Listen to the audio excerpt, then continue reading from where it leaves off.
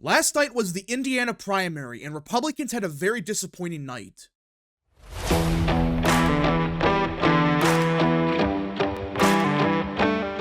What is up, people of the internet? It is me, Real American, back in with a new video today.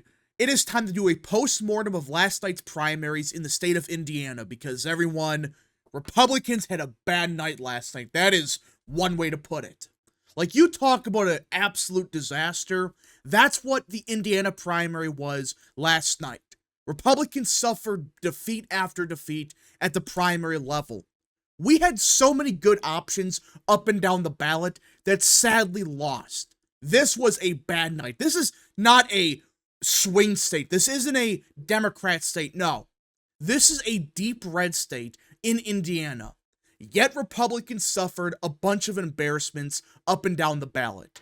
Now, before we continue with today's video, I hope you enjoy these type of videos. If you do, smash the like button down below, subscribe, share with your friends, hit that little bell, follow the social media accounts in the description down below, and of course, join the channel today. Again, folks, all support is greatly appreciated, and yeah. Now, let us get into it, because this is just pathetic. I cannot believe that in a R+16 state, that's what Indiana is. This isn't a swing state. This isn't a Democrat-leaning state. No. This is a blood red Republican state. Despite that, Republicans had embarrassments up and down the ballot, because there were some really good candidates we could have gotten in several House races, but no. We got stuck with some absolutely trash candidates up and down the ballot. But let us talk about the positives, because there were some good things that did happen. The first one, of course, is Jim Banks won. This is obvious. He was uncontested. Yes, the establishment tried to run their crappy candidate, but he got kicked off the ballot.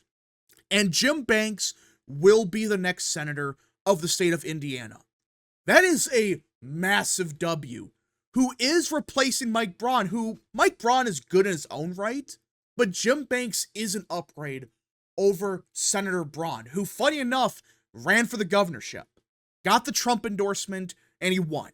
And Mike Braun is replacing arguably one of the most egregious Republicans, well, I should say Republicans in quotation, and Eric Holcomb. He sucks. Like, you talk about a disaster for a governor, that's Eric Holcomb in a nutshell. So we get upgraded both the Senate seat and the governorship. That's a significant ordeal. But outside of these two races, there is one other W that did occur. We did get a replacement for Jim Banks, who, funny enough, you can argue, is an upgrade over Banks in Marlin Stutzman, who is a former congressman of this seat. So this one seat caused an upgrade for the governorship, the Senate seat, and, in fact, the congressional seat. But outside of those three races, which they're significant, we won the governorship. We got someone that's way better. We won the Senate seat because Jim Banks was uncontested. And we did get an upgrade in District 3 with a former congressman. Outside of that, Republicans had a very bad night, because there were two other open seats that Republicans had a golden opportunity to get significant upgrades in. And somehow, they screwed up so badly that we ended up with downgrades. Yeah, somehow in District 6, this is Greg Pence's seat, mind you, we ended up with a downgrade. How is that even possible? How do you do worse than a Pence? Somehow Republicans in that district thought to themselves, yes, we should have a downgrade over Greg Pence. Because at least with Greg Pence, you can argue, at least he was kind of pro-gun and not the most egregious Republican. Jefferson Shreve is one of the most anti-gun Republicans I have ever seen. Yeah, in a deep red district like Indiana 6, we ended up with a gun-grabbing Republican, a quotation, who's a mayor. He was trying to install anti-gun regulations as a mayor, not like 30 years ago. He supported these restrictions last year. And remember, He's an elected official. Even before he got into Congress, he is the mayor of a city in this district. What the hell are Republicans doing electing a anti-gun Republican in a R+20 seat? At least with Brian Fitzpatrick, he's in a Biden district that's anti-gun. You could argue, fine, whatever, I can live with that. But in a Trump plus, 15 district, we ended up with a gun-grabbing Republican that's as egregious as electing John Cornyn to the U.S. Senate, like Texas Republicans do. I don't get why we get stuck with Jefferson Shreve. Why? Someone like him. Well, actually, I kind of do know. We'll get to that in a minute, because you thought the Democrats were done interfering in primaries? No. In fact, this might have been the most egregious case of Democrats voting in the Republican primary, but we'll get to that in a minute. In the other open primary, District 8, we ended up with Mark Messmer. And from everything I could tell about the guy, he sucks. We had two good options in the district. John Hostetler, a former congressman, and Moss. These are two good options we had. But we ended up with Messmer because the MAGA vote split themselves into like 3 candidates. Notice a trend here, by the way. Mark Messmer won with 39%. Jefferson Shreve won with 28%. Even Marlin Stutzman won with only 24% of the vote. I don't care who you are. I don't care if the MAGA candidate won or the establisher candidate won. It doesn't matter. You should not be allowed to win a primary without cracking even 40%, let alone 30%. Though there should be runoffs in every state. And don't make it automatically 50%. Yes, if you get above 50%, you avoid a runoff. But if you get above 40% and win by, say, 10 points, like, let's say in District 8, Messmer got 40% of the vote, and he beat Hostetler by 20. Then yeah, he probably should avoid a runoff. But District 6, Mike Speedy would have won a runoff. That's a fact. Shreve was the establishment pick, and he only got 28% of the vote. And you can look at the other districts, like District 3, Marlin Stutzman, who I supported, only got 24% of the vote.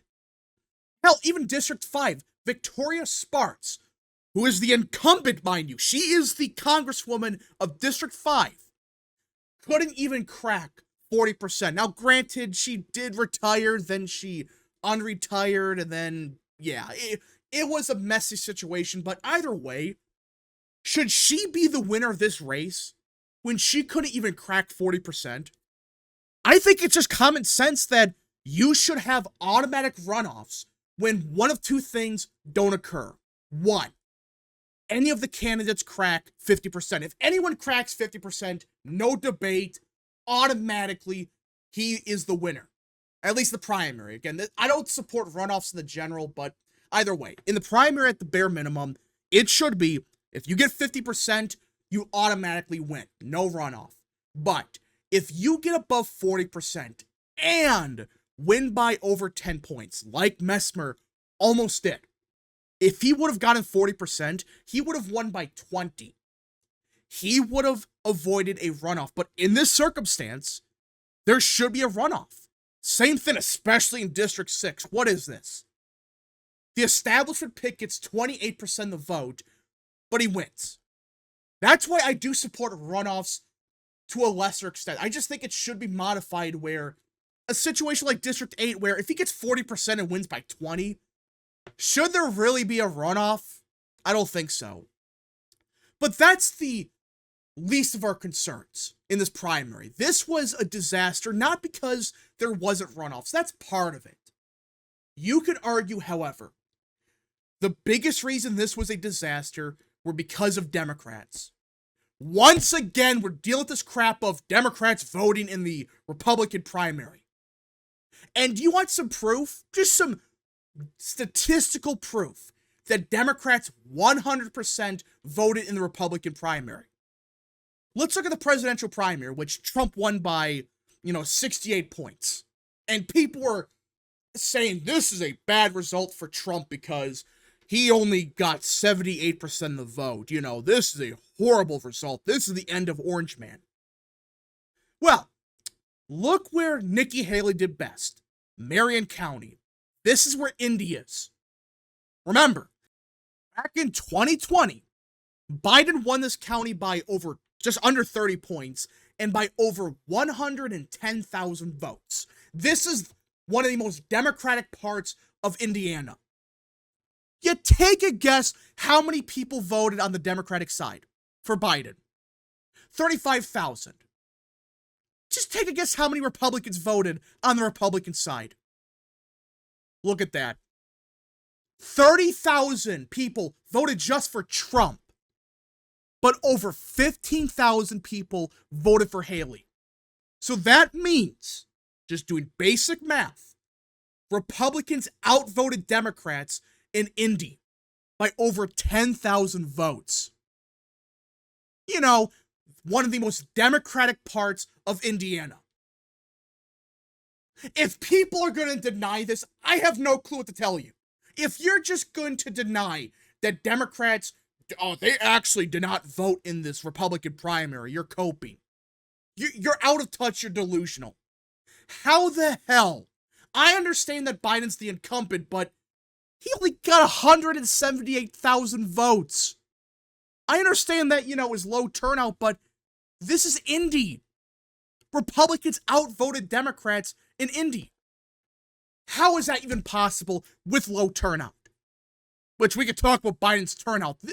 This 178,000 votes is historically, at least in the last 60 years, the worst result of any incumbent Democrat in the Indiana primary.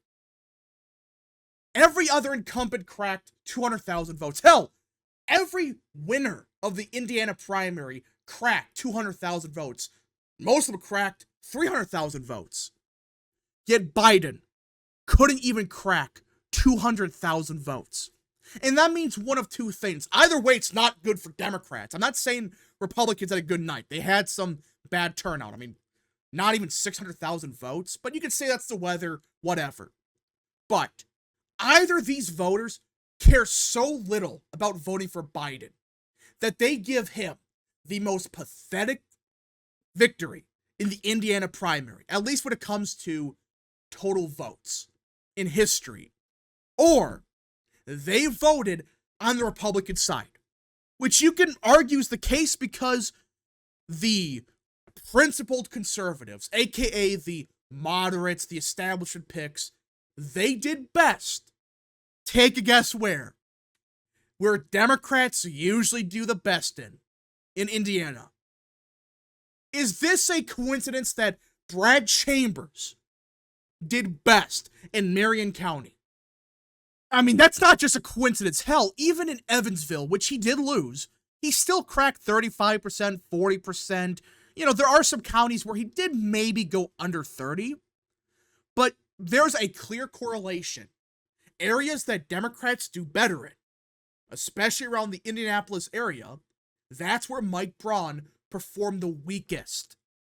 And we don't just have data points to prove this. We had a quote-unquote bipartisan group spend a bunch of money in Indiana telling Democrats vote in the Republican primary to screw Trump and other Republicans, the fight for bipartisanship and the principled conservatives vote in the Republican primary, even if you're a Democrat, because in Indiana, it's an open primary. Hell, a great guy by the name of Buckeye Politics on Twitter went on the Indiana subreddit, and he found something very interesting. While people were talking about the Indiana primaries, people that claim to reside in Indiana, which, by the way, why would you lie about that? It's the Indiana subreddit. Why would you lie about residing there and voting? Why would you lie about that? But either way, there were plenty of Democrats that admitted they voted in the Republican primary to screw Trump over. Look at this. a likely not insignificant chunk of her voters were also likely Democrats who were voting Republican to countervote against the worst of the Republican ticket. They're talking about, of course, Nikki Haley. That is if the staggering amount of Reddit posts is anything to go off of. And two people right off the bat admitted, yeah, we voted in the Republican primary. We're Democrats, but we wanted to screw Trump over. So this 21% of the vote that Haley got was 100% inflated by a bunch of Democrats voting on the Republican side to screw people like Mike Braun, screw people like John Hostetler, hell, even Mike Speedy. This is why we need closed primaries. There is no reason you should have a bunch of people admitting they voted in the opposing party's primary. Hell, there is a group in Indiana that put up these huge billboards saying, vote in the Republican primary, even if you're a Democrat. This is why these results in Indiana are a bit misleading. But either way, it was still a bad night because of it. Republicans had an opportunity to gain significant upgrades in several congressional seats, but because of Democrats voting and the fact you don't have a runoff system, we got stuck with some pretty bad options. Anyways, folks, thank you so much for watching. If you guys did enjoy this video, smash the like button down below, subscribe, share with your friends, hit that little bell, follow the social media accounts in the description down below, and of course, join the channel today. Godspeed to all of you.